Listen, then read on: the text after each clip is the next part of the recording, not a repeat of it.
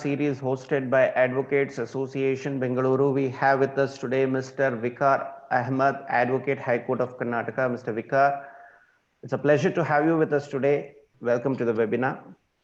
Thank you. With great pleasure, I would now like to introduce our today's speaker. Mr. Vikar Ahmed obtained his BA LLB from MS Ramaya College of Law, Bengaluru. He also has a master's in business law from National Law School of India, University, Bengaluru, and he also holds a master's degree in law from Kuvempu University. Immediately after his enrollment, he worked as a senior associate with Crest Law Partners, Advocates and Solicitors, Bengaluru, and later he started his independent practice. He was empaneled as a counsel for the Bangalore Development Authority. He has also taught constitutional law at Sheshadripuram College. Presently, he practices on constitutional law, civil law, criminal law, and corporate law. He also he appears before the Supreme Court, High Court, National Company Law Tribunal, Civil and Sessions Court, and also before the arbitration tribunals. Mr. Vikar, on behalf of Advocates Association Bengaluru, I extend a warm welcome to you. Over to you. Thank you, Vikram, for those kind words. Good evening, everyone, learned senior members of the bar, inquisitive law students, and my dear friends. At the outset, I would like to thank Advocates Association Bangalore for organizing this webinar that has provided a platform for transfusion of knowledge and for exchange of views. Today's topic is censorship laws in India. The moment we hear the word censorship, the first thought that comes to our mind is the censor certificate that appears before a movie when you're watching a premiere show, when you're watching a movie in a theater. With the lockdown imposed in the country courtesy COVID-19, places of public entertainment such as theaters and cinemas have been shut. This has led to a surge of OTT platforms. OTT stands for over the top. The examples of OTT are Netflix, Amazon Prime, Hotstar, ZEE5, etc. These online providers were previously under the Ministry of Information and Technology. Last week, on November 10, 2020, the Government of India has issued a notification. By virtue of this notification, films and audiovisual programs that have been made available by online content providers and news and current affairs in online platforms have been bought under the Ministry of Information and Broadcasting. What this implies is now that the government will have a say in the film and audiovisual program that is streamed online to Netflix or Hotstar or Amazon. Also, news and current affairs, which were previously under the Ministry of Information and Technology, will now be under the bracket of Ministry of Information and Broadcasting. With this development, there has been two divergent views that has come across. The first is of apprehension. There are some people who have criticized this as an infringement upon media freedom, on infringement of the independence of internet. Their apprehension has been that this was the only medium wherein artistic freedom could be expressed because of the non-application of the censor board. Now, with this notification, all of this will be subject to scrutiny. They have two major points of contention. First is that the media by itself, especially the news media, is not truly independent because they are to a large extent obligated with regards to financial commitments with either advertisers or with any particular party in power. Hence, online news content and current affairs should not be brought under any ambit of censorship. The second contention they have is while there are restrictions for a telecast of a movie in theaters, such a restriction to online platform contents, which is more of a voluntary nature, might not be required. While this is the main apprehension, the other hand, the government has sought to justify its move, saying that this has been done to curb fake news. Also, the entire apprehension of censorship is misplaced because in any event, the aspect of freedom of expression is not an absolute one. It is conditional. Now, India as on date has 17 crore subscribers for OTT platforms. With this change in laws and with the divergent views, it is necessary for us as lawyers to understand as to what is the judicial view. Now, for this, let's go with the backdrop. The term censorship refers to suppression of speech, public communication, or other information on the basis that such is considered either objectionable, harmful, sensitive, or plainly inconvenient. Censorship can be conducted by governments, private institutions, or any other controlling bodies. This isn't a new phenomena. As early as in the year 399 BC, that is 2400 years before, a great philosopher, Socrates, was the first victim of censorship. He openly spoke up against the government, for which he was charged with corrupting the minds of youth. He was led on a trial, after which he was sentenced to death by consuming a poison called hemlock. As ironic as it might sound, his disciple, his student, Pluto, supported censorship and wrote in favor of it in the Republic. These terms, republic and favoring censorship, all seems way too familiar.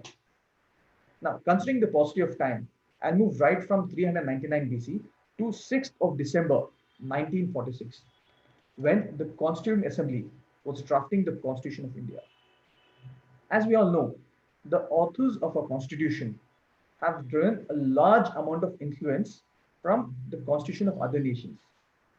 Our preamble is inspired from Australian Constitutional Act, the concept of rule of law on the basis of which the entire edifice, the entire premise of all laws exist, is inspired from United Kingdom.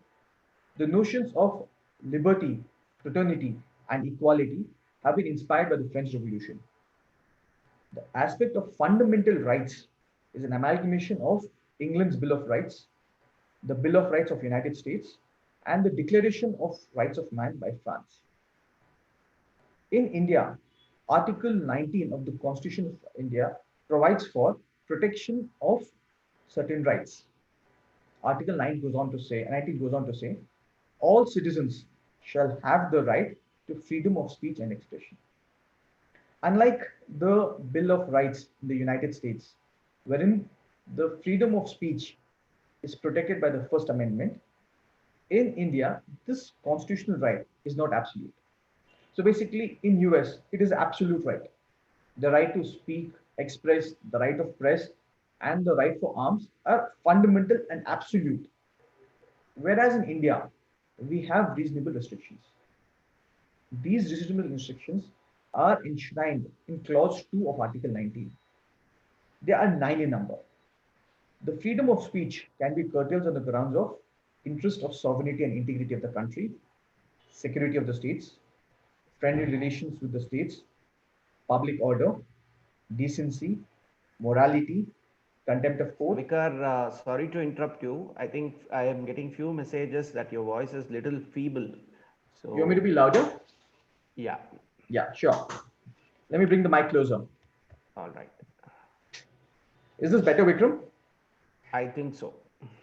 Yeah, in the event there's any further issue with that, I'll just intimate you. You can. Sure. I'll just get back to this. So as I was saying, the reasonable restrictions that are imposed are enshrined under Clause 2 of Article 19. They are 9 in number. So basically what it implies is that the state can curtail the fundamental freedom of expression on these 9 grounds and 9 grounds alone.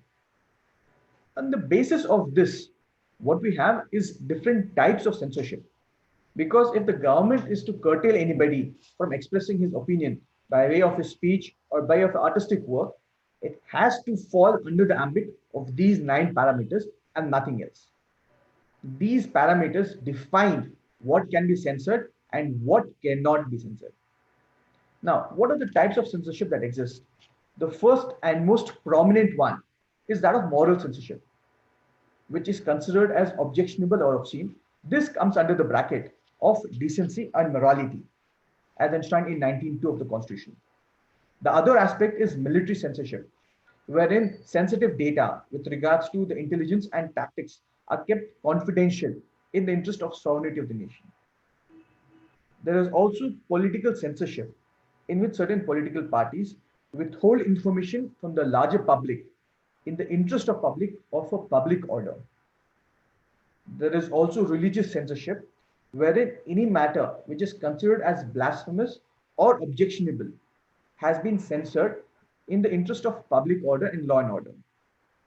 Lastly, there is also corporate censorship, wherein any particular entity has ensured that a certain kind of data, a certain kind of propaganda, which is negative to it, is curtailed. Now, in this backdrop, let us understand what has been the judicial view on censorship. Because at the outset, it appears that both of them are contrary. How can a citizen have a fundamental speech of expression when whatever he says is subject to government approval? It is like saying, you can say whatever you have to say, as long as I like what is it that you have to say, which cannot be done. A fundamental speech of expression, the right, necessarily incorporates a right of dissent, a right to disagree. This is what is the judicial opinion. However, this in the light of judgments have been further enunciated. The first judgment which came across for this was in the year 1952 itself.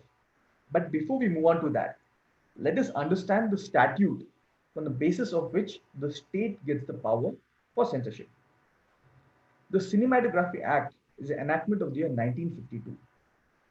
It constitutes a board called as the CBFC, or the Central Board of Film Certification. Under Section 3, this board is constituted for the purpose of sanctioning films for public exhibition. I'll explain in much more simpler terms. For instance, if I want to make a film, any film, after I go ahead with the production of it, I will be submitting this film to the CBFC, the Central Board of Film Certification, under Section 4. Subsequent to me submitting it, there will be an application filed for the purpose of giving me a certificate.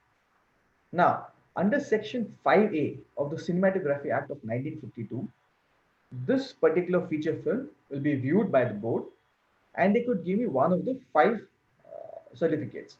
First is a U. A U certificate implies that it is unrestricted public exhibition. There is no difficulty in this feature film being displayed in any theatre across the country. The second one is a UA, where it implies that though there is nothing which is objectionable as such, however, whether a child below the age of 12 should watch this or not is the decision to be taken by the parent or guardian. This is a UA certificate. Third, it could give a certificate, which means that this is fit for exhibition for adults. That means any theatre screening this movie would necessarily have to ensure that all the people who are entering the theatre are above the age of 18. Next is S certificate. S is a very, very rare certificate issued to a certain section or a particular class of profession. The last is the censor board could also ask the producer of the film to carry out modifications, or it could blatantly refuse to sanction the film.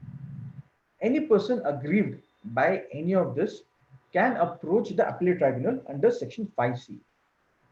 The penalties and contravention for not complying with this is enshrined in Section 7 of the Cinematographic Act of 1952. This is the statute. Now, this has not to be confused with the Karnataka Cinema Regulations Act of 1964. The Karnataka Cinemas Regulation Act of 1964 does not provide for any censorship. All that it does is gives license for a place where the movies can be screened.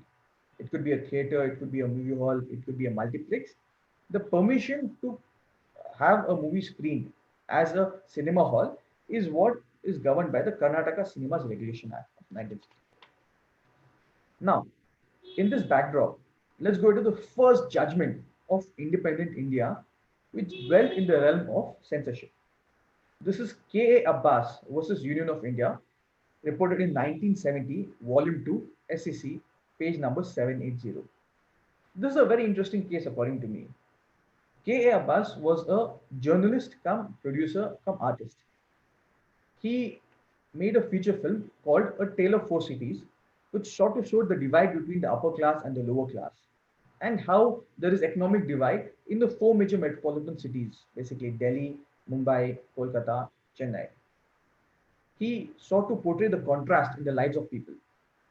However, in the entire movie, there was a 1 minute clip wherein the censor board thought that this is not particularly suitable for the public, unrestricted public exhibition.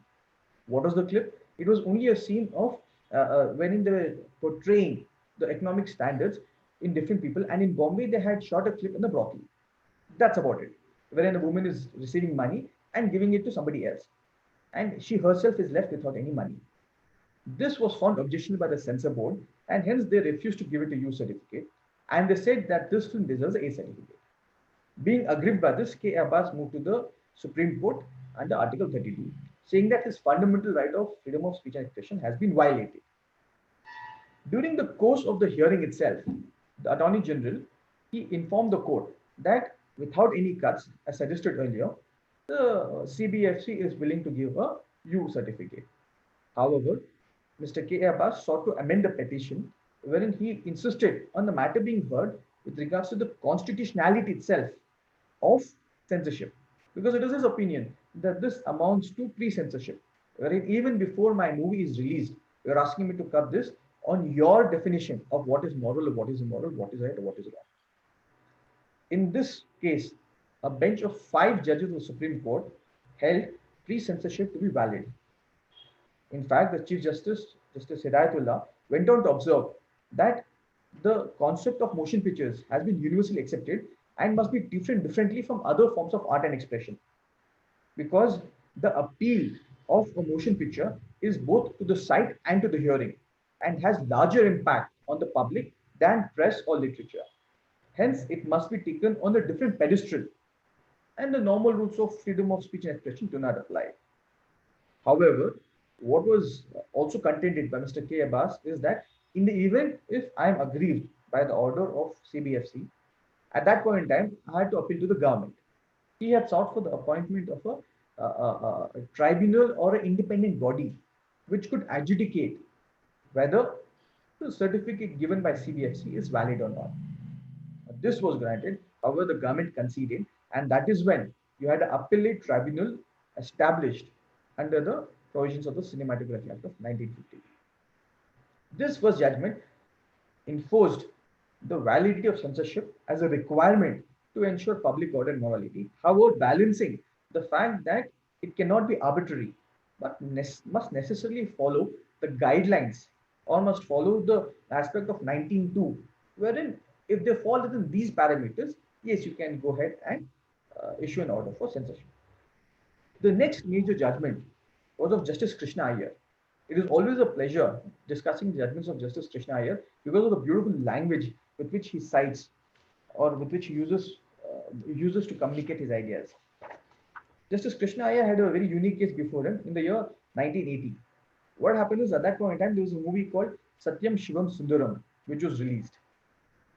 Subsequent to release, there were a number of criminal complaints that were filed in various places, saying that this is offensive, this is obscene, under section 293, they have to be 292, action must be taken against them, all of it.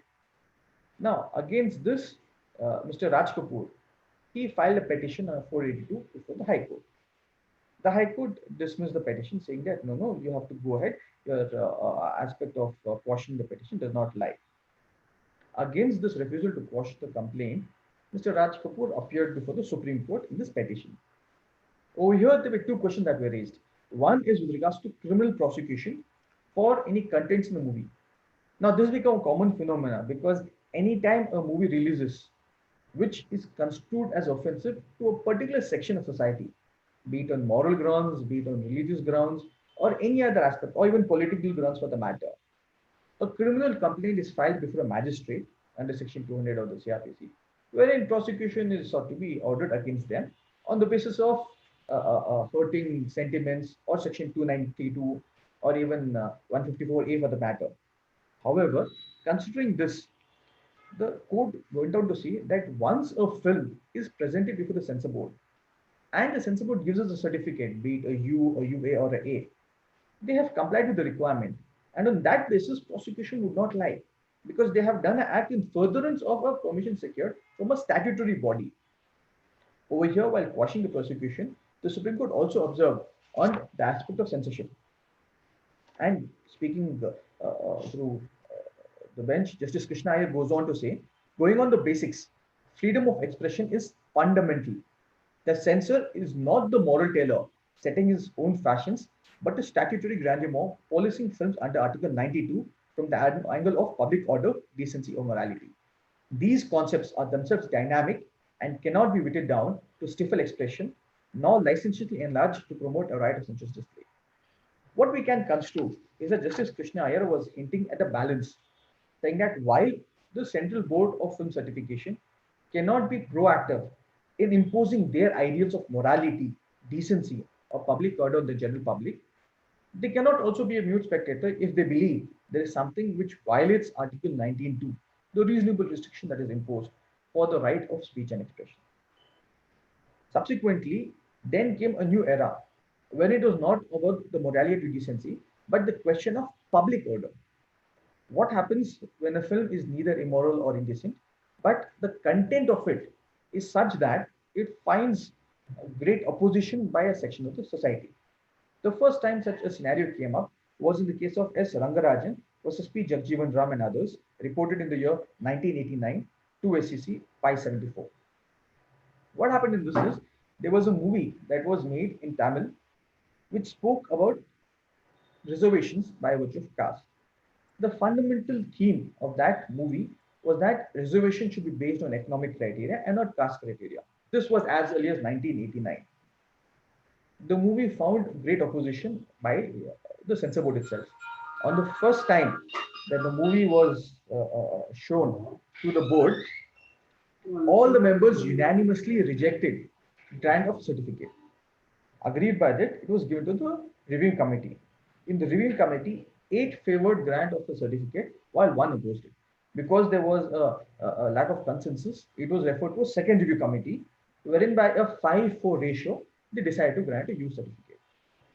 Now, the theme of the movie was such that the members of the CBFC opined that this could lead to law and order problem, wherein the public sentiments could be enlarged. They could get hyperactive and have large-scale protests, which would be against the interest of society. Considering this, the Madras High Court was approached by a writ petition. The single bench judge dismissed the writ petition, against which a writ appeal was filed. Interestingly, in the writ appeal, the division bench of Madras High Court stayed the grant of certificate and sought to have a bar on the release of the movie.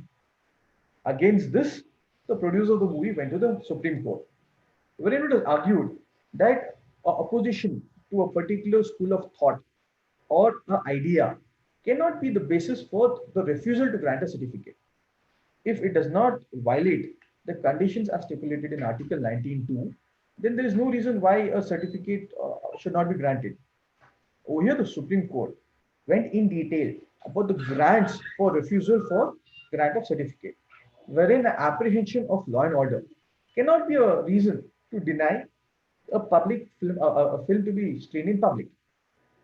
This is essential in the light that every other day you would have the tolerance level of society tested by any movie which is likely to hurt the sentiments of somebody. Just because that theme or concept has got the potential to hurt the sentiments and cause an opposition to it is no ground for the refusal of grant of certificate. Hence, the order of the Madras High Court was quashed and the film was allowed to be released. Now, subsequently, there have been a number of instances when movies have had a rough-in with the censor board. Each time, the court has adopted a aspect of judicial vigilantism per se with protection of fundamental rights vis-a-vis the public order. It has sought to balance the rights of an individual filmmaker to express his art, his freedom of expression, as against the larger interests of society, wherein public order, decency, and morality has to be maintained. But the question is, are they both in contravention to each other? Can an artwork be free without offending anybody? This would be an ideal utopian state, wherein everybody is reasonably competent to judge that it is a work of art. But considering that the sentiments in India run large, wherein any artwork which is offensive is met with violent protests, it is necessary to balance the two. For instance, the kind of artwork that exists in OTT platforms, in Netflix, in Amazon, in Hotstar, if these kind of movies were to be released in theaters, they would have a very different impact altogether.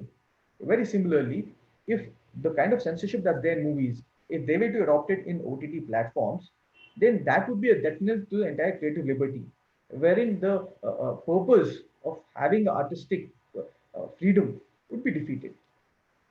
However, when you speak of censorship, it is not just with regards to movies and entertainment.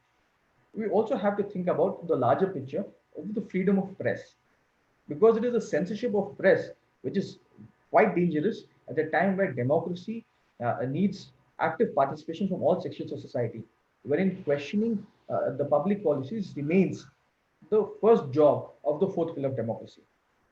Now, the First Amendment to the Bill of Rights of the United States goes on to say that the Congress shall make no law respecting an establishment, religion, or prohibiting the free exercise thereof, or abridging the freedom of speech or of the press. Hence, the freedom of press is construed as an absolute right in the United States. However, unlike the American Constitution, the freedom of press is not absolute, but it is subject to reasonable restrictions. Now, within 3 years of India gaining independence, the first major landmark judgment on the freedom of press was Romesh Thapar versus Union of India, reported in AR 1950 SC 124. This is a very interesting case. There was a English weekly by the name Crossroads, which was printed and published in Bombay. Now, the government of Madras, by exercising its power under the Madras Maintenance of Public Order Act of 1949, imposed a ban on the entry and circulation of the journal in the state. Now, the reason they cited is because it is necessary for maintaining public order and for public safety. This was questioned before the Supreme Court. Now, the apex court quashed this order, whereby it held that by imposing such restrictions on the circulation of a journal amounts to unreasonable restriction. A mere apprehension of a law and order problem cannot be the reason for banning the circulation of a newspaper. Now, subsequently, in the year 1962, a similar question arose in Sakal Papers versus Union of India, reported in AIR 1962, SC 305. Over here, what was challenged is the Newspaper Price and Page Act of 1956 and the Daily Newspaper Price and Page Act Order of 1960.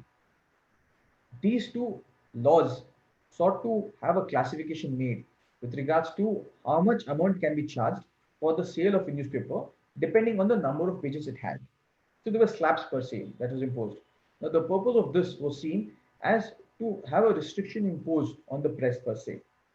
However, it is pertinent to note that both these enactments were declared as unconstitutional by the Supreme Court and to squash them by saying these are unreasonable restrictions being imposed on the press. Next, there was a judgment of Bennett Coleman versus Union of India. Now, this is a full bench judgment of the Supreme Court, wherein a 10-page ceiling fixed on newspapers was found to be offensive of Article 19(1)(a) as it infringed the freedom of speech and expression. These are the major landmark judgments as far as freedom of press is concerned. Now, the third element is with regards to social media. Now, in the eyes of censorship, we have seen the impact that CBFC has by virtue of the Cinematography Act of 1952. We have seen the kind of freedom that press enjoys as far as the judgments of Supreme Court is concerned. But what about the relevant, pertinent issue of freedom of speech and expression as far as the individual is concerned by virtue of his social media activity? Now, with the advent of technology, we have got n number of social platforms in which a person can air his opinion or express his thoughts very freely. When I can express my thought on Twitter, or I can share a post on Facebook wherein I put in a particular view, or even share a photograph which I find interesting on Instagram. What if any of this is offensive, defamatory, relating to contempt of court, or per se against public order? Now, in all of these instances, the first reaction has been to invoke the Indian Penal Code. In the event if a post or a tweet is found to be objectionable by virtue of it being under the bracket of contempt of court, obviously the court has suo motu powers to initiate contempt proceedings. Very similarly, if it contains something which is objectionable by promoting enmity between two groups, or discriminatory, or even trying to bridge a divide, or trying to make a divide amongst the people, then the applicable provision would be Section 153A of CPC, wherein the executive is empowered of going and taking action against them. But over here, the question arises that, is this a true exercise of freedom of speech and expression, or is it leading to a police state? The answer to that is quite simple, that with rights are responsibilities. If a person has a right to express his thoughts over on social media, it brings in with it a equally significant responsibility of making comments or of making statements which are responsible in nature. A person cannot be expected to have unlimited rights without having restrictions imposed. And these restrictions are not arbitrary. These are not vague, or they're not something which is not written anywhere. These are restrictions which found their basis in the Constitution itself, under Article 19, Clause 2 of the Constitution. So the answer is simple. As long as I'm not being offensive to a person, as long as I'm not going ahead threatening the security and sovereignty of the state, as long as it does not affect public order, I'm within my realm of expressing my thoughts on social media by any manner which I deem fit.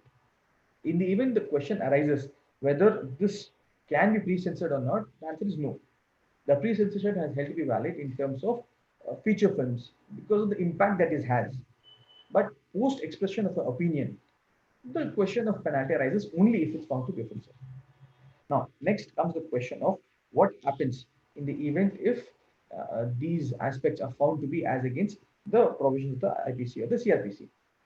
There have been a number of instances where several celebrities have found themselves in the dock for making statements that have promoted enmity amongst groups.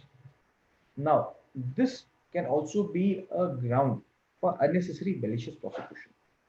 To avoid that, what has been sought after is that the comments that are made in social media should necessarily have a self-censorship involved. Now, this is where the question arises. Where do we draw the line?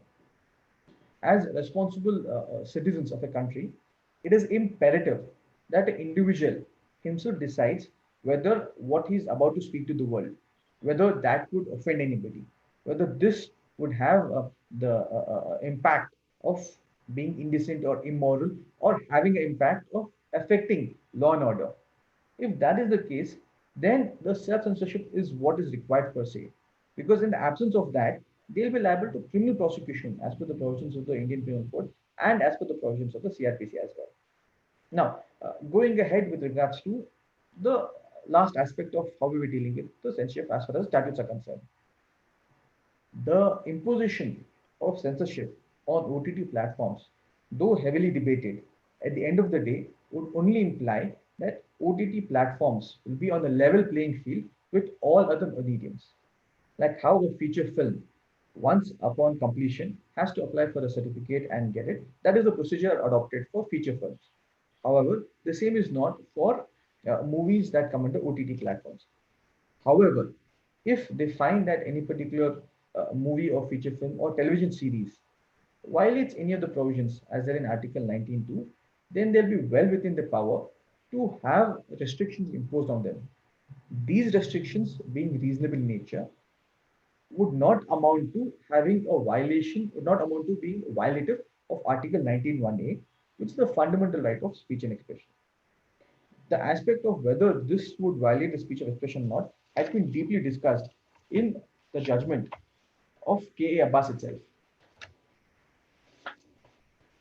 Now, K.A. Abbas was a full bench judgment wherein the constitutionality of censorship was detailed and discussed, and it was held that censorship by itself would not be violative of Article 19.1a as being offensive to freedom of speech and expression.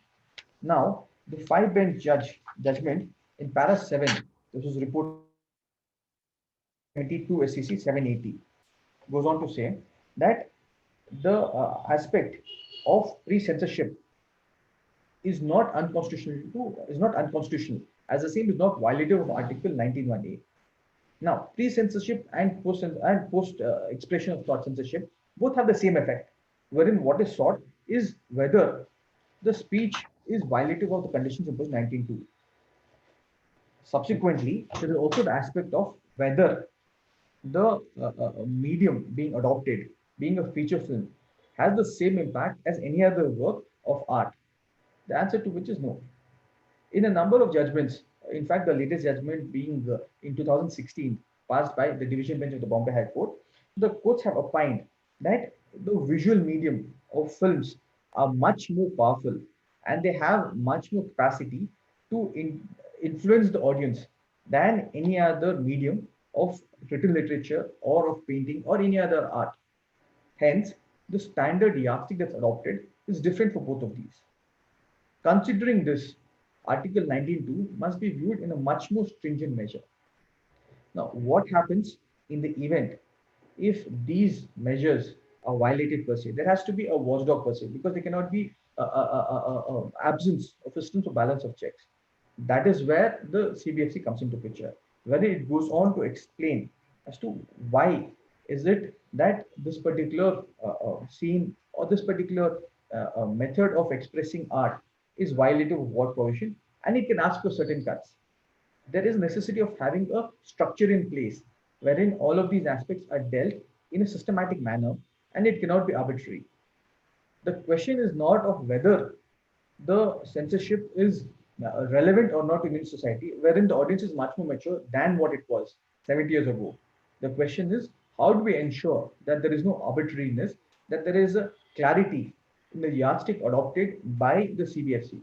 Because the allegation has been that there has been different strokes for different folks. While in some cases, the CBFC has been quite liberal, in some instances, they have been extremely strict in terms of having cuts demanded from the filmmakers. And owing to the kind of requirement that is there, that without a certificate of the censor board, releasing of a film is a penalty, it's a punishable offense, which is a penal provision involved.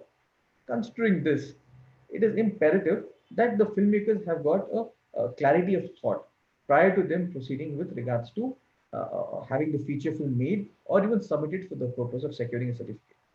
Now, I would like to deal with a 2016 judgment of the Division Bench of Bombay High Court that dealt exactly on the aspect of why is it required that the court go in detail with regards to the aspect of violation of fundamental rights of freedom of expression when it's an individual case involved. The court goes on to observe that the fundamental of speech's expression is fundamental. These concepts are themselves dynamic and hence they cannot be frozen or petrified in time. To think that there'll be a clear-cut aspect of what is right and what is wrong, irrespective of the manner which is presented, would be a fallacy in itself, because they are relevant and they're relevant to the time in which they are done. What was offensive 50 years ago might not be offensive what is today. And considering that this aspect is evolving every single day, it is even more necessary for the censor board to be quite aware or to be competent enough to deal with this issue. They have to take cognizance of the fact that there's evolving literature, there's evolving thought process. Whether that is the case or not, the courts have found that that is not the case, wherein the steps taken are quite regressive in nature, considering the fact that they have not evolved from the basic notions of what is right or what is wrong or what is permissible. This is because the entire medium of having thoughts and ideas expressed has changed. From having editorial columns in newspapers, it is now a 140 character tweet, which basically goes on to express your thoughts to the entire world. So unless and until there is the advancement of technology has made it necessary that unless until the laws run ahead parallel to them, we will be falling short.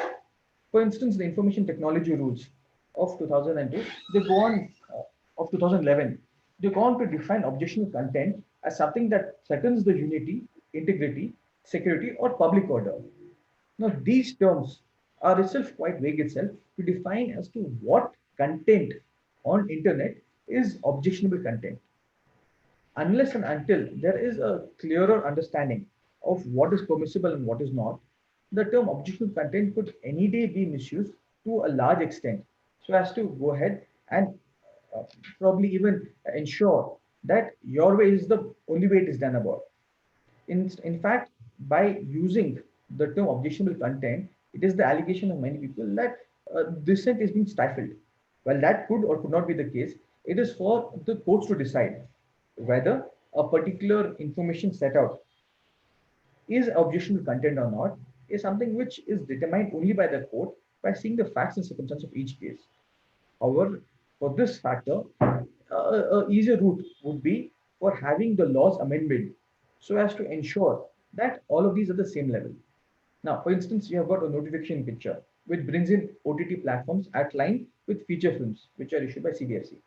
Very similarly, regulations need to be put in force for expression of thoughts and ideas on other social media such as Facebook, Twitter, or Instagram, which are in conformity with the standards of today. Unless that is there, there'll be a rampant censorship of thoughts and ideas. You have companies taking something called as self-censorship. In the event if a tweet in Twitter is incorrect, as far as it leveling basic allegations, the company itself has taken upon itself to have it censored. The best example for it is subsequent to the US elections. We had the former president, as we would call it now because of his defeat in the election, Donald Trump has repeatedly tweeted that he has won the election. Now, for each of these tweets, the company itself goes on to have a disclaimer that this is not what the election results indicate, that the genuineness of this tweet is under question, that there have been no evidence with regards to any electoral malpractice. Now, this as far as the company is concerned, they are adopting a policy wherein they ensure that fake news is not spread, wherein they ensure that there is a system in place which checks any fake news. However, no such system is placed in India. This is necessary to ensure that you curb fake news, and that cannot be done by a censor board, the likes of CBFC. It has to be done by a rampant mechanism in place, which is transparent, clear, and involves not just the technological experts per se, but also the legal luminaries to insight as to what would amount to a violation of Article 19(1)(a) and what comes under the bracket of 19(2), so as to ensure there is clarity and uniformity of application of laws. Now, the Information and Technology Act itself, to a large extent, provides for certain aspects, certain directions, but these are not sufficient so as to safeguard the individual rights and liberties under the freedom of speech expression. Also, a person's right ends wherein the other's right to have a image or not to be defamed and starts. A fundamental right of freedom of expression cannot be used to defame others because that is one of the parameters under 19(2). These parameters clearly going to establish as to what is permissible and what is not. Now, moving on to the final aspect of the censorship laws in India, we have had a talk with regards to how the present OTT platform poses a different challenge altogether, considering the fact that the standard rules as applied to feature films cannot be done. We've had a talk about how the Central Board for Film Certification, their role in censorship has evolved in light of judicial pronouncements by the Supreme Court and the various benches of the High Court. It has been taken on case-to-case basis, wherein endeavor has been made to balance individual right of freedom of expression as against the larger public order, morality, decency, which are the norms as enshrined under Article 19(2). We have had a talk with regards to the freedom of press, which is a fundamental freedom, which unfortunately no longer by a statute or no longer by enactment is compromised, but is compromised with regards to the media itself. It is not in dispute as to how online content has been tool used by every person to gather more information. But what if the news is fake? There's no accountability as such. In a newspaper, you would have a news printed, and that is there for eternity. 10 years later, you still have the news saying that. But in online content of news, if there is a fake news attributed to a particular person, within the next 10 minutes, the page is taken down. There's no accountability as such. So how do you hold a person accountable for fake news, which is deliberately brought into the society with the idea of creating a public confusion or disturbing law and order? Now, over here is where the censorship sought to have played a role.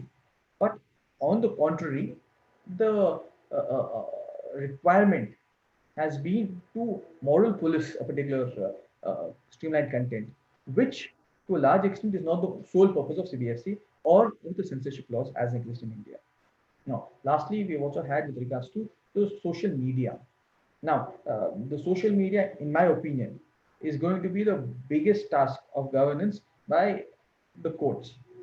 The reason I say that is because whether a particular tweet or Facebook post or Instagram post is objectionable or not cannot be viewed in the prism of the existing standard statutory laws, because these laws are have been drafted keeping in mind the situation as existed 70 years ago. Unless and until we have got the present media acknowledged with regards to the power of social media, with regards to the outreach, uh, the present system would not be in a position to accommodate the challenges that it poses. For instance, if a person were to tweet something quite objectionable, which is defamatory in nature, and that tweet is retweeted millions of times, until the person approaches the court of law, seeks a suit for injunction and gets injunction order, the damage is already done. Gone are the days where libel and slander were only with regards to publication in paper or with a spoken word. Now, any particular post which is offensive to the public at large or offensive to a particular individual, how will you deal with it? That is where the concept of censorship comes into picture. Either it should be a self-censorship or it should be a situation wherein these pages can be taken down. Unless that happens, the primary purpose of imposing reasonable restrictions would fail to meet its purpose. That is what I have to say. I'm now open to questions from any of the members of the audience. Mr. Vika, for a intriguing presentation. Now let's move on to the Q&A session. In fact, we already have one question by Mr. Armstrong. If you could just open your Q&A Sure. box. Yes. I have opened my box. That's actually a very interesting question. And that's one of the reasons why I wrapped up my session a few minutes earlier, because I saw this question and yes, put in more aspects with regards to clarity on that. So I request you to kindly throw some light on that. Correct. The question. For the benefit of everybody, I'll say what the question is and I'll answer it. So the question that's asked is, Mr. Armstrong wants some clarity on online education, advertisement, obscenity, YouTube, Facebook, mobile, procedure to law complaint, and is there any law passed about censorship after Corona as India became digital? Okay, let me take it one by one itself. So on the line of aspect of online education, now, considering the lockdown wherein the schools still remain closed itself, online education is the sole media of imparting education with regards to students of not just at the school level, but also the college level. However, the laws that were to govern are not in the realm of any statute per se. Why I say this is because in Karnataka itself, after the Ministry of Education gave a permission for schools to open online itself, there were restrictions imposed on the number of hours. Now, these restrictions that have been imposed have been, according to me, have been quite whimsical. At one point in time, they said that they cannot be no more than X number of hours for a particular section. Then they went on to revise saying why. And at one point in time, they refused to give permission itself. The matter reached up to the Karnataka High Court, wherein the High Court went on to say that, listen, you cannot stop a school from imparting education online. It is necessary. And for the students to receive the benefit, you cannot have this particular order passed where online education should be stopped. So now online education is very much permissible, not just by the orders of the Ministry of Education, but also by the dictates of the High Court of Karnataka. Then the second one, advertisement. Advertisement is dealt in a completely different realm. Now, the Ministry of Consumer Affairs is what deals with the question of misleading or false advertisements. In case if any content is found to be misleading or inaccurate or false, then they would be liable for prosecution under the Consumer Protection Act for misrepresentation as well. The third aspect is of obscenity. Now, the term obscenity is extremely vague and undefined. The closest that comes to anything closer is the aspect of morality and decency in Article 19.2 of the Constitution. The same has been imbibed in the Cinematography Act of 1952. Now, obscenity could be of any kind, whether that mandates a pre-censorship of a feature film or whether post the publication of filming material, it would invite section 292 of IPC is dependent on the facts of each case. Like for instance, if there is a feature film which has some content which construed as obscene, if that feature film gets a CBFC certificate, then no criminal prosecution lies under section 292 of IPC, considering that it has been certified by the government agency for viewing in public. However, if there is any obscene content which is shared in mobile or through email or through any other device, that would attract the provisions of section 66 of the Information Technology Act and lead to criminal prosecution. YouTube, Facebook, etc. In all of these, as I discussed, there are social media wherein we do not have regulations in place to certify what is obscene or what is not, what is permissible, what is not. For instance, if today I make a YouTube video, the government has no say whether the video is obscene or not, and that is how it should be. But however, the self-censorship as imposed by YouTube does not give any clarity as to what is considered offensive or not. Hence, it's imperative for the government to come with guidelines that this will be permissible, this will not be permissible. Now, here both might seem contrary, but it's not. Though one is an advocate of freedom of speech and expression, but at the same time, it is necessary for it to be balanced with it not being offensive to anybody. Hence, the only way you can do it is by bringing in clear guidelines by way of either notification or enactment or statute. The next one is the mobile, which is the same as I discussed, the procedure to lodge a complaint. Now, this is quite interesting. Now, in the event if there is any person who is aggrieved with regards to any particular act done by either a phone or by email or any obscene content sent, all of these are offenses under the Information Technology Act per se. They would necessarily have to approach the cybercrime police station along with the data as is and lodge a complaint. Now, the cybercrime police in Bangalore, in my experience, has been quite effective in taking down those pages. For instance, if there is a web page which is offensive as such, what the cybercrime will do is immediately it will have that taken down, and subsequent to that, the IP address tracked so as to ensure that they go ahead with that.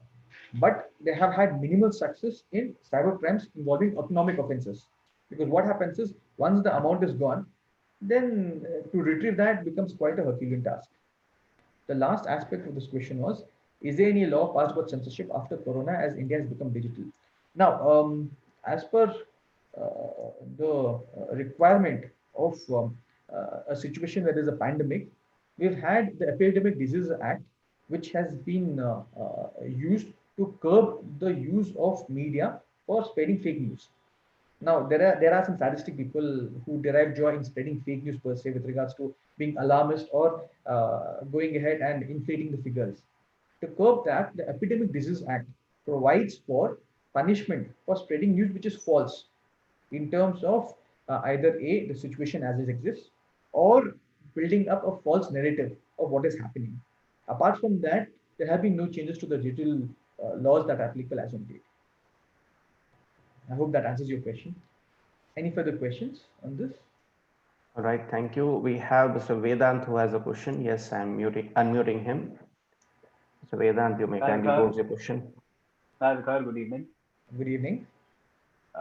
See, regarding this attempt of the Ministry of Information and Broadcasting to exercise some sort of control vis-a-vis OTT platforms. Now, as far as the present legislative setup is concerned, the Cinematographers Act has, some bearing on feature films because the Act qualifies these movies for public exhibition. Correct. Whereas the content on OTT platforms are often consumed in the privacy of one's home, the viewer's home. Now, any attempt to include the content on these platforms within the purview of the Cinematographers Act will necessarily have an overarching consequence on the viewer's right to privacy. Wouldn't that by itself make it violative of Part 3 of the Constitution? This is the first part of my question. The second part of my question is that even if they introduce a new law to, in a way, control the content that is streamed or the content that is hosted on these OTT platforms, how do you propose that that Parliament will sort of overcome the questions of jurisdiction, considering that most of this content is not uploaded from India?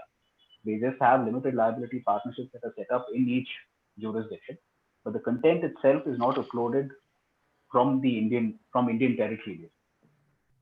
All right. Both of them are excellent questions. I'll answer them separately. First, as far as what I have to understand is, while a feature film is broadcasted in a large gathering, a public premise, what is viewed in an OTT platform, either by Netflix, Hotstar, is within the privacy of your walls per se. But however, the right to privacy over here being infringed or not would be a supplemental question. The principal question is, does the broadcast of the content on OTT come under the ambit of control of the government or not. Firstly, so far there has not been an exercise of any content. I mean, exercise of any control on the content per se. But by virtue of this notification, things change drastically. Now, the content cannot be touched by the government as long as it was under the Ministry of Information and Ministry of INT, Information Technology. Now, with the with the advent of Ministry of Information and Broadcasting, there could be regulations that have been brought about, that will bring about, wherein either the individual content as such could be regulated, or there could be a sweeping restrictions imposed on them. Now that brings me to the second answer. These content are either uploaded by the content producers or the content makers, either beyond the jurisdiction of India or in India as well, because most of these movies either have been shot in India or abroad, or television series per se. But the telecast of it is what can be prohibited by the government by overcoming the issue of jurisdiction, by ensuring that if you're going to telecast on this, then you need the certificate. It's quite a simple procedural thing that they have to, which I believe would not be a hindrance for them to do. All they have to do is that prior to you telecasting any movie or such, you need to ensure that you get the certification from us. That would be the death knell to creative liberty, I agree. But however, that is a step in progress, which they could do. The second thing is whether this will be in conflict with right of privacy or not. The answer to that would be yes, because what I want to view is my choice. But then you also have to view it in the aspect of whether this content is fit for public order or not. The government could seek to justify such restrictions by saying that such content, if released to such large number of people, because not just one individual, speaking of 17 crore OTT subscribers, I would normally multiply with this with 1.5, because most of them have shared passwords for Netflix, Hotstar. But considering that scenario, whatever is the content uploaded has a far-reaching impact. The government could seek to justify it saying that it is one medium which is given to 17 crores, 17 crore subscribers. So hence we need to regulate it. However, I agree with you when you say that it might find it difficult for passing the test of right to privacy. But the technical hindrance of jurisdiction would not be a problem for the government.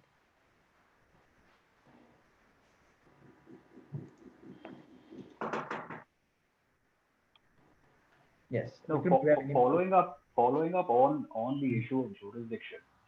Now, as things stand today, there are a lot of similarities with the manner in which YouTube is operating. Number Correct. one, considering that it's a free content provider, and as well as your Netflix and your Prime Video and what have you. Now, Correct. the issue when I speak of jurisdiction, what I mean is that if you take YouTube as an example, there have been several instances. In fact, on a daily basis, I think YouTube deals with millions and millions of cases where there are allegations of copyright infringement, for example, and YouTube has its own policy in place. Now, within the present legislative framework that we have in this country, in order to protect intellectual property rights, the government has still found it extremely difficult to regulate it, right? So, drawing parallel to these two platforms, I would say that it isn't going to be a walk in the park. Introducing the legislation simply to say that these are the guidelines, stick to it, otherwise everything is banned. I have a feeling it is a little more complicated than that. It is. However, my opinion this is that primarily I'm opposed to the thought of there being a structure in place which would enable the government to use different yardsticks for everybody. Absolutely. That is what my problem lies. See, in the event Absolutely. we have got a uniform application of laws per se, then that is what the rule, it is what has to be done. Which will not happen. Which will not happen. Uniform application is unheard of. Correct. I agree with that. But however, the empowerment of the state to do this is what the question is. Like, for instance, you get the example of YouTube. Now, copyright violations to a large extent do not harm the government per se. It is an individual loss that the maker of, for example, if I make a song, if I were to choreograph a song or a video or even write a program, it's categorized more as a commercial depletion rather than what is supposed to be a moral depletion. Correct. I'm the one who's suffering a financial loss owing to me not gaining out from my artistic work. But however, in the event the government will decide that this particular film harms me, or this particular does not show the government in good light, and decides to go all tongs and all gun blazing against them, all hammer and tongs as against them, that would be a problem.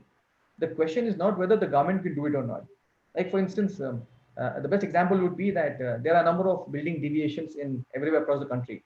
But when the government decides that one particular building has to be brought down, then even 12-hour notice is what they have acted upon. So anyway, the way I mean, thank you for your time. The way I look at it, overarching consequences only going to benefit us as a community. Permit us to lay down the law, take it to court, interpret it the way we want. Correct. It all comes down to Thanks. how much of it is wanted. So as they say, there's legislative intent. The very similar is executive intent as to how much of it they want to enforce. Absolutely. But yes, Thanks, I think we both can agree on that uniform application of laws would only be in a utopia. Absolutely. Thanks, Vikas. Thank you. So much. Can we have the next online question, please? All right. I see 3 hands raising. All right. I have unmuted Mr. Puthi Ramesh. Thank you, Mr. Trivikram. And good evening, Mr. Vikar. Good evening, sir. Yeah, it's an interesting issue in one matter.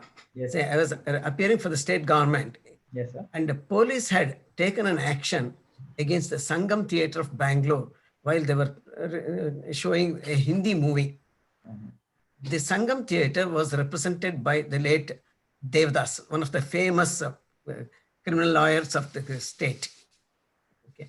And the matter was before Justice Swami, K.S. Swami, as it then was. He said, "Milord, this is nothing, Milord, this movie contains nothing." Then he said, if the court permits, I will take Mr. Ramesh to watch the movie. Then the judge said, don't spoil him. Okay. And thereafter, he raised an issue. Have you seen, by the way, Mr. Vikar, have you seen Halebeedu? I have not had the occasion. Okay. So he said, please visit Halebeedu. Whatever type of scenes you want, it is available there. If that is available there from that date, why do you want to prevent it in a movie? Even if he said that is counter argument. So even if what the police say is correct, why do you want to prevent it from exhibiting when it is already exhibited? Correct.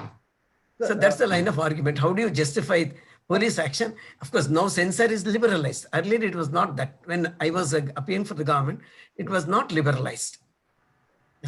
That is one question. And the other question is, once certificate is given, what justification people have to oppose this release of the movie under whatever pretext?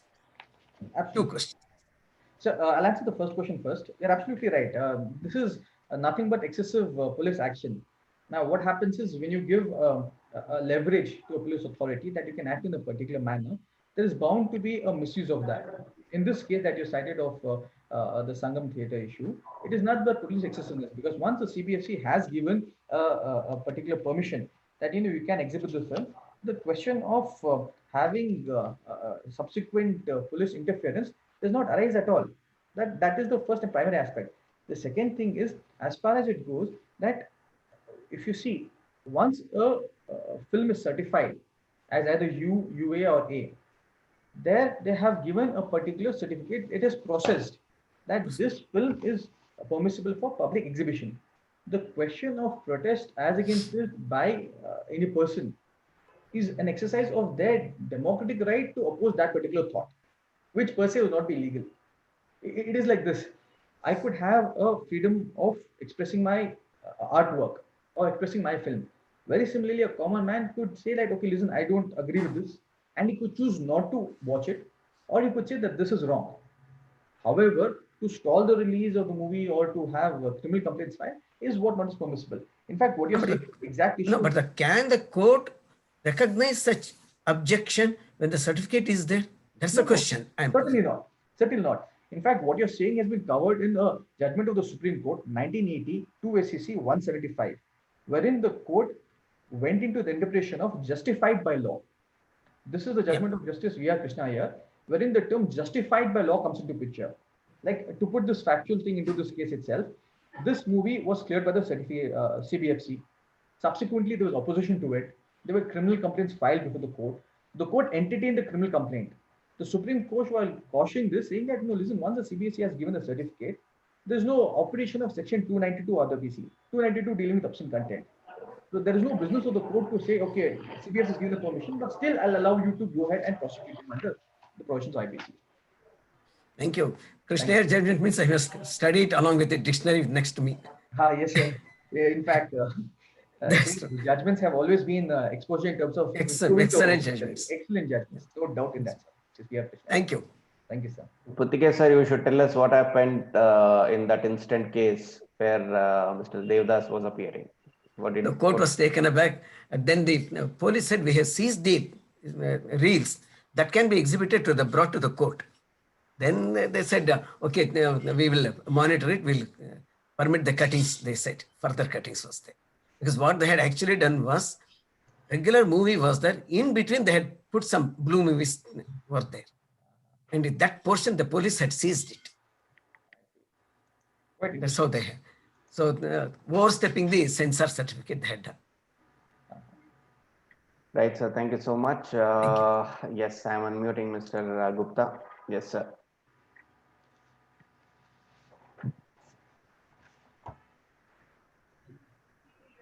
Yes, sir. Yes, sir. Thank you, Vikram. I think good Thank you, morning sir. to Puthia Ramesh. Good morning to Puthia Ramesh. He's in USA. Okay. Then, Vikar, Yes, I've sir. observed in many channels, before projecting a serials, they project the disclaimer statements. Is it a legal requirement? Yes, it is, sir. Now, this is not as per the Censor Board or the Cinematography Act, but this is as per the Ministry of Information and Broadcasting. Every now and then, the ministry comes with guidelines saying that in a particular scene, if there is a visual depiction of a person smoking, then below that, there has to be a disclaimer saying that smoking is injurious to health.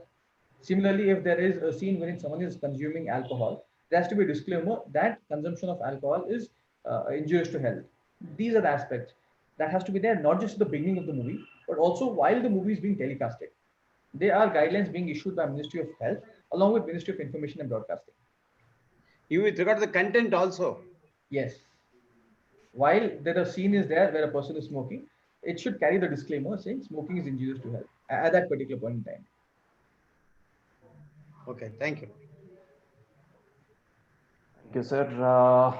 Yes, before I unmute Mr. Harish, I'll be unmuting Mr. Yashu. Yes, Mr. Yashu.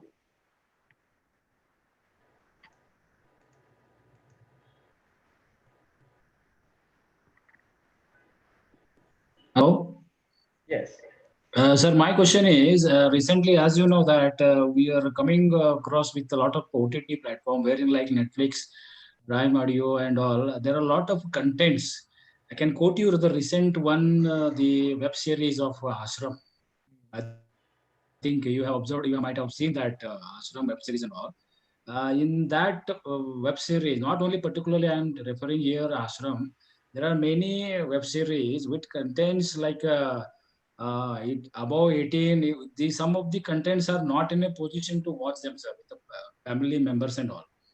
I don't know how these people are allowing, and I feel sometimes whether our Indian censorship is sleeping or it is not taking any action on that. I don't know, sir. What is the problem? I don't know, because it is so embarrassing. I can't even tell in the orally, sir. It is so embarrassing. True. See, the issue here is that the OTT platforms, they are online content. Yeah. They are not subject to CBFC as until 10th of November 2020. They were not subject to censor board per se. Okay. It is as good as watching a video on YouTube when you don't know as to where the video has been uploaded, who has shot the video, who are the artists of the video. That was the scenario of OTT prior to 10th of November 2020. Now, with this particular platforms being bought under Ministry of Information and Broadcasting, they would have a say as to what has to be telecasted, what has to be not. In any event, in all of these TV series, it is a matter of individual choice per se. When prior to having the TV series view, you would have the self declaration which each TV series provides that the content is for this, the content is of this nature. In fact, in Netflix, prior to any movie, they actually put out as a disclaimer saying this has got visuals of alcohol use, this has got visuals of drug abuse, viewer discretion is advised. So this kind of is a self-censorship per se that's been done so far. But as far as the look of it being offensive to a larger section of the society per se, the regulation being brought about by the Ministry of Information and Broadcasting, wherein they have brought into their ambit should necessarily solve the problem of it being against morality and decency as under 19th of the Constitution.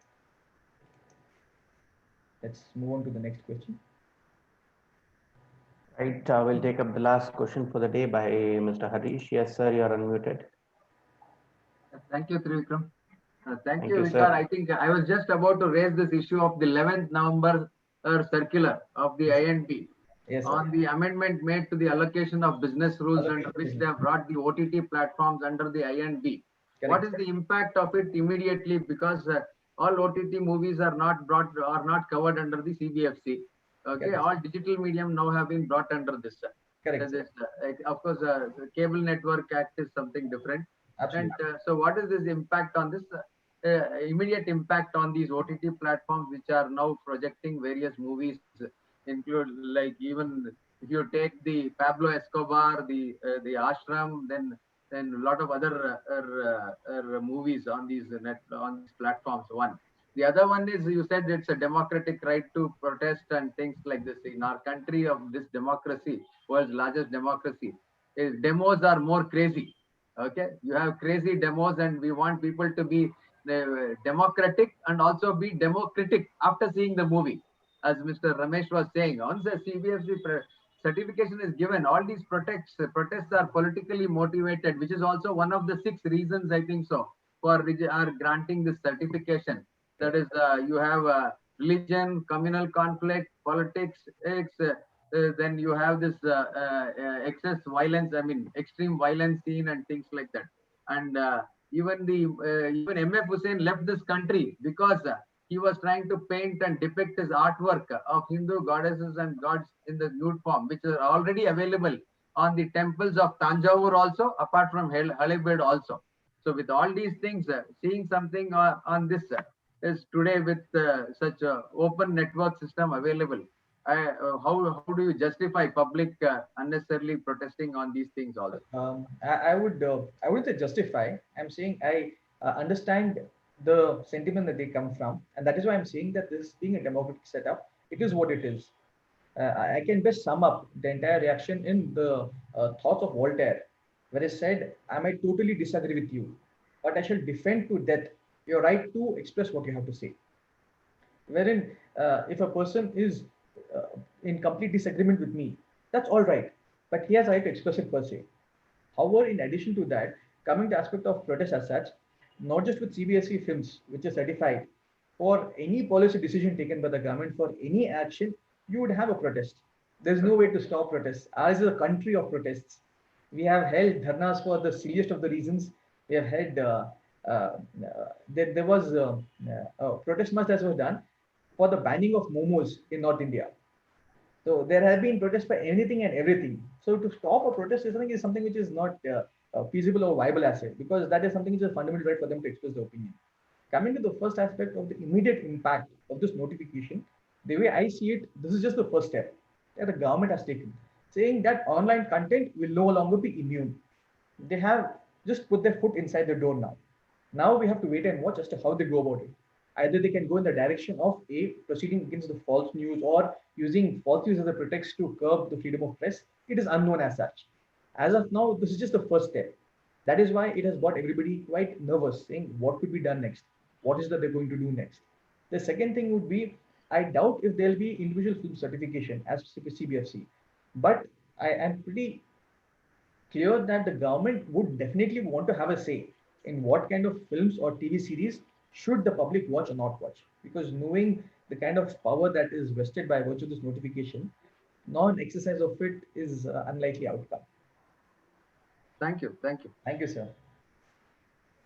Thank you, sir. I think with that question, we'll be winding up today's session. Once again, Mr. Vikar, on behalf of Advocates Association Bengaluru, my many thanks to you for a very eloquent presentation, and thank you so much. Thank you so much. It's a pleasure. Thank you. Thank you all. Thank you. Now we'll be signing off today's session.